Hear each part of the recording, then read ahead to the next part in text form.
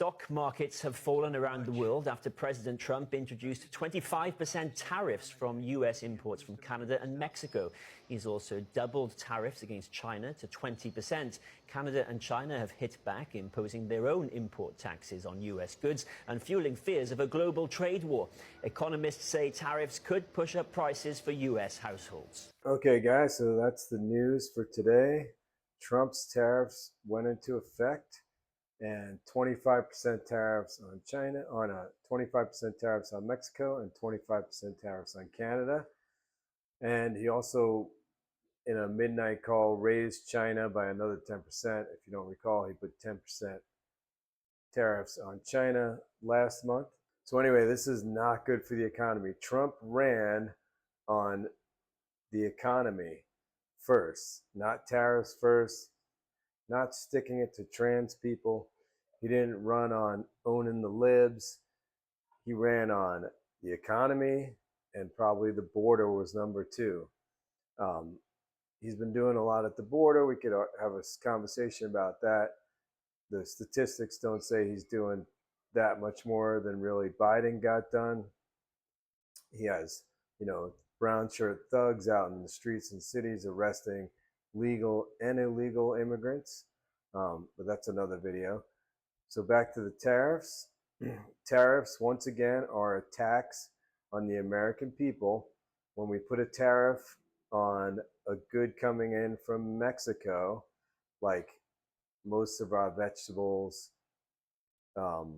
most of our winter vegetables anyway, and cars. I'm going to show a video in a few minutes that cars have already gone up.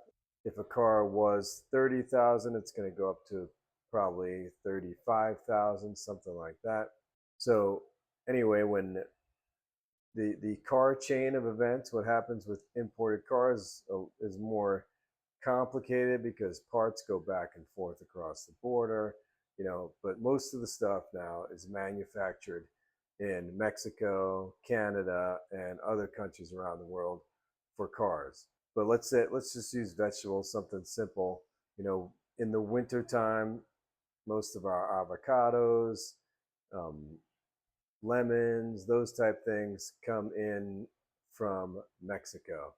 So if there's a 25% tariff on those, the company importing them, say, City Market or Kroger Foods is importing tomatoes from Mexico, they have to pay the 25% tariff at the border. And they could either eat that, which sometimes they'll do, they'll eat part of the cost, or they could pass it on to the consumer. So you could probably bet money on that your vegetables next week will be 10 to 20% higher. Some of the big grocery stores might eat it at first to mask the price increases and just raise them incrementally, but they are going to go up. So tariffs are a tax on the consumer. They're not a tax on the Mexican companies that are growing the vegetables down there, the farms. They're a tax on the American companies that are buying them out of Mexico. Same thing with the stuff from Canada. So the stuff from Canada, is a lot of things like energy, oil, cars again, not so much vegetables and stuff. Pancake syrup, all that kind of stuff comes from Canada.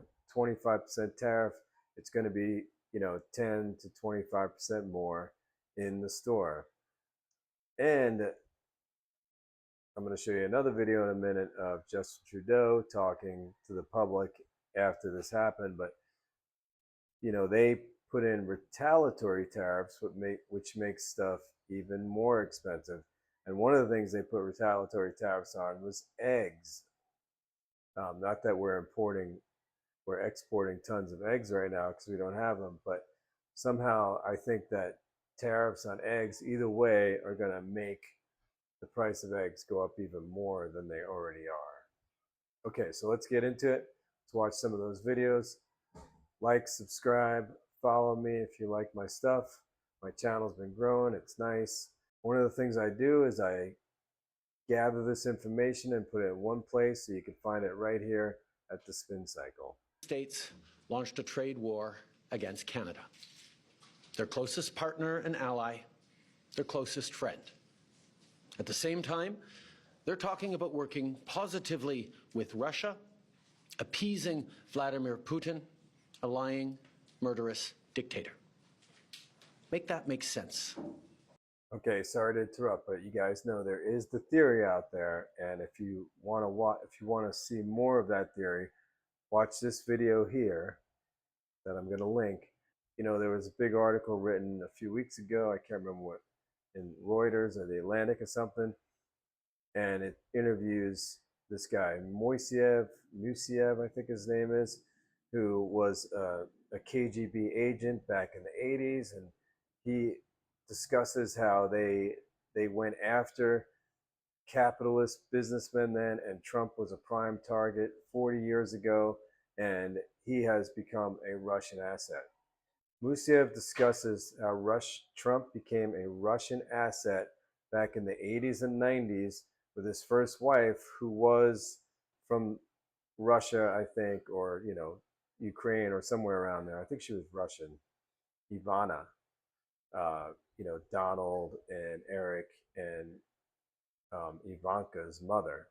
But anyway, you know, he would travel back there with her, and Russian KGB agents would butter him up, and, you know, and of course, Trump is a narcissist, sociopath. So the way to get to a narcissist is to, you know, butter them up with, you know, compliments and expensive things, you know, just like all the other world leaders did his first term.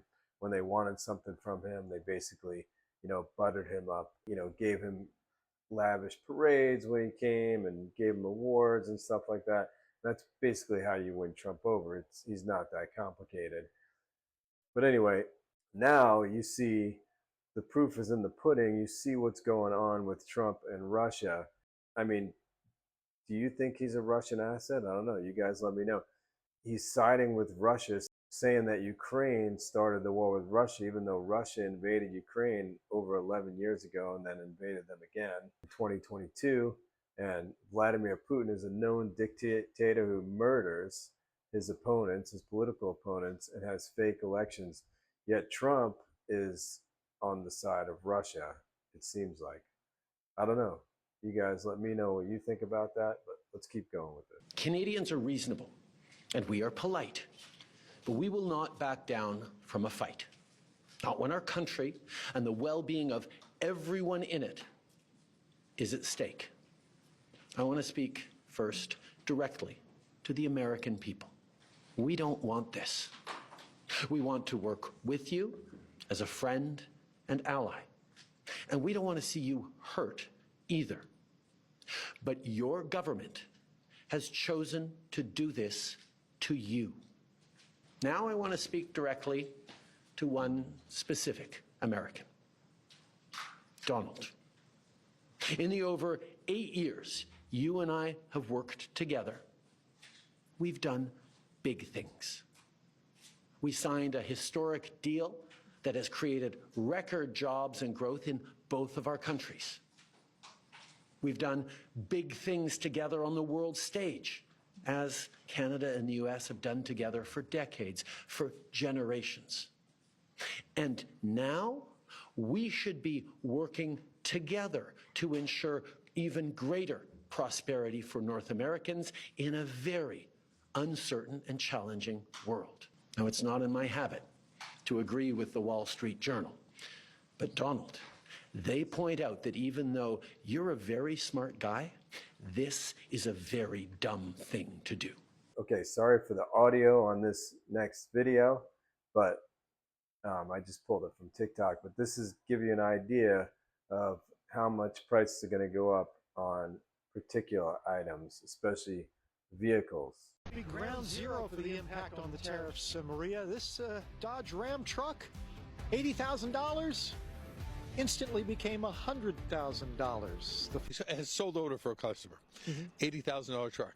It's $100,000 now. So he's not going to buy the truck. That's a lot for a truck. It's going to sit on my lot at you know, the higher interest rates we're paying right now for floor plan, and nobody's going to buy the truck because it just had a $20,000 price increase. Right. But to me, it's a 25% tariff. So that affects our parts that come from over these countries and a whole bunch of our cars. And that's what President Trump is trying to change. Maybe Dodge should start building them here and selling them here. So here's the thing, if they start building them here, the labor cost is going to go way up, and whether that's a good thing or a bad thing, I don't know. You know, I think Americans should get paid what they're worth. Maybe Mexicans should get paid more or whatever. But it's if they build them here, it's going to make the cars more expensive anyway. So it's like a catch-22. I do know that, you know, this Toyota truck just became available in Asia. That's like a scaled down, simple, super tough truck. They used to have a version of it back in Latin America when I used to travel down there, called the Toyota Stout. And this new Toyota, I can't remember the name of it, is brand new, $10,000. I mean, how many people would buy this truck if it was available in America? But it doesn't have all the systems in it. You know, it doesn't have all the whistles and bells. It's just a plain pickup truck. I saw one the other day on the road here in Asia. It was super cool. So, I mean, I think if they're available in the U.S., people would eat them up. I'd buy one in the U.S. if they were there. Anyway, back to the tale at hand here. I came across this article from The Atlantic that about sums up Trump's tariffs, Trump's most inexplicable decision yet. The tariffs are real and they are spectacularly foolish. If you were setting out to design a trade policy that would harm the American economy while undermining political support for its leadership, you might come up with something like the tariffs that Donald Trump just imposed on Canada, China, and Mexico. The new tariffs will raise prices for American consumers, weaken the American auto industry, and prompt severe retaliation from America's top trading partners. With respect to China, a case can be made that tariffs would promote U.S. national security and domestic industry if they were targeted and well designed. But Trump's blanket 20% tariff on all Chinese imports is neither. Meanwhile, the 25% tariff on Canada and Mexico are utterly incomprehensible. There is no grand economic vision, geopolitical strategy, or even political logic behind them. International trade, like all areas of public policy, is a game of weighing costs versus benefits. Trump's tariffs are the rare policy that might turn out to represent nothing but cost. The most widespread and direct effect of the new tariffs will come in the form of inflation. Trump ran on the number one thing he got elected for. People who didn't even like him voted for him because he thought it'd be better for the economy and bring down inflation. And he said several times on day one, he will bring down inflation and bring down prices. Once he got elected, it's hard. Bringing down inflation is hard. I don't know, it's a terrible impersonation of Trump. Sorry about that. New tariffs will come in the form of inflation tariffs, which are literally a tax on imported goods, are often passed on to consumers in the form of higher prices, and Mexico, Canada, and China together account for more than 40% of U.S. imports. Yale's Budget Lab estimates that the new tariffs will cost the average household anywhere from $1,600 to $2,000 a year. Now, in the situation you're in right now, can you afford an extra $2,000 a year? I can't. I don't think many people can. Those costs will disproportionately affect the specific items that American consumers pay the most attention to. Survey after survey has shown that discontent with the broader economy in recent years has been driven more by high grocery prices than any other category of spending. Mexico is the highest exporter to the U.S. of fruits, vegetables, alcoholic beverages, and sugar. And Canada is the top exporter of meat, grains, baked goods, and cooking oils. In theory, Americans' farms could ramp up production to offset some of those higher prices, but that would take a long time. The primary economic case for tariffs is that they shift demand toward domestically produced goods, which in theory should boost American industry. I would say this to people in Canada and Mexico. If they're going to build car plants, the people that are doing them are much better off building them here, Trump told reporters at the White House when he announced the new tariffs yesterday afternoon. That may come as a shock to, well, the American auto industry. The big three car companies have practically begged Trump not to go through with the tariffs. Canada and Mexico produce more than half of the individual car parts that American automakers import every year to assemble their vehicles in the U.S. including multiple components for which there exists literally no American suppliers. A recent report found that the new tariffs could raise the cost of a full-size SUV, we just saw that, by $8,000. The full economic cost of the tariffs will hinge on how Mexico, Canada, and China respond. Last month, Beijing placed 10 to 15% tariffs on American energy and car exports. Today, it added chicken, wheat, corn, soybeans, dairy, and other food products to the list. Canada has also announced that it will apply 25% tariffs on $30 billion worth of American goods and extend them to $125 billion worth of goods in 3 weeks. Mexico has yet to respond. The official justification for the tariffs is to force Canada and Mexico to address the supposed extraordinary threat posed by illegal immigration from Canada. And I agree, it is bad out of Mexico, and there's a lot of drugs coming out of Mexico. This is a transparent pretext to allow Trump to declare a national emergency that empowers him to impose tariffs immediately and unilaterally. Last year, the Canadian border was responsible for just 0.2% of fentanyl seized by U.S. border authorities and 1.5% of illegal border crossings. Meanwhile, illegal immigration at the southern border has plummeted since early 2024 near to record lows, leading to Trump himself to declare the invasion of our country is over. The amount of fentanyl seized at the southern border fell by about 20% last year, and Mexican President Claudia Sheinbaum has presided over a major anti-cartel crackdown since taking office in October. That's the thing. That's what Trump wanted, and she did that, but it wasn't good enough for him. I don't know. I think maybe because he just promised he was going to do, he's such a simple-minded buffoon. He promised he was going to do tariffs, so now he's going to do tariffs. He has tunnel vision. He's so singularly focused on tariffs as the cure-all for all our problems in America. The question now is how long the new restrictions will last. Perhaps a swift political backlash in response to rising prices will compel Trump to find a new pretext to declare victory and get rid of the tariffs promptly. Or perhaps the president will not only keep the tariffs in place, but also open up new frontiers in his trade war.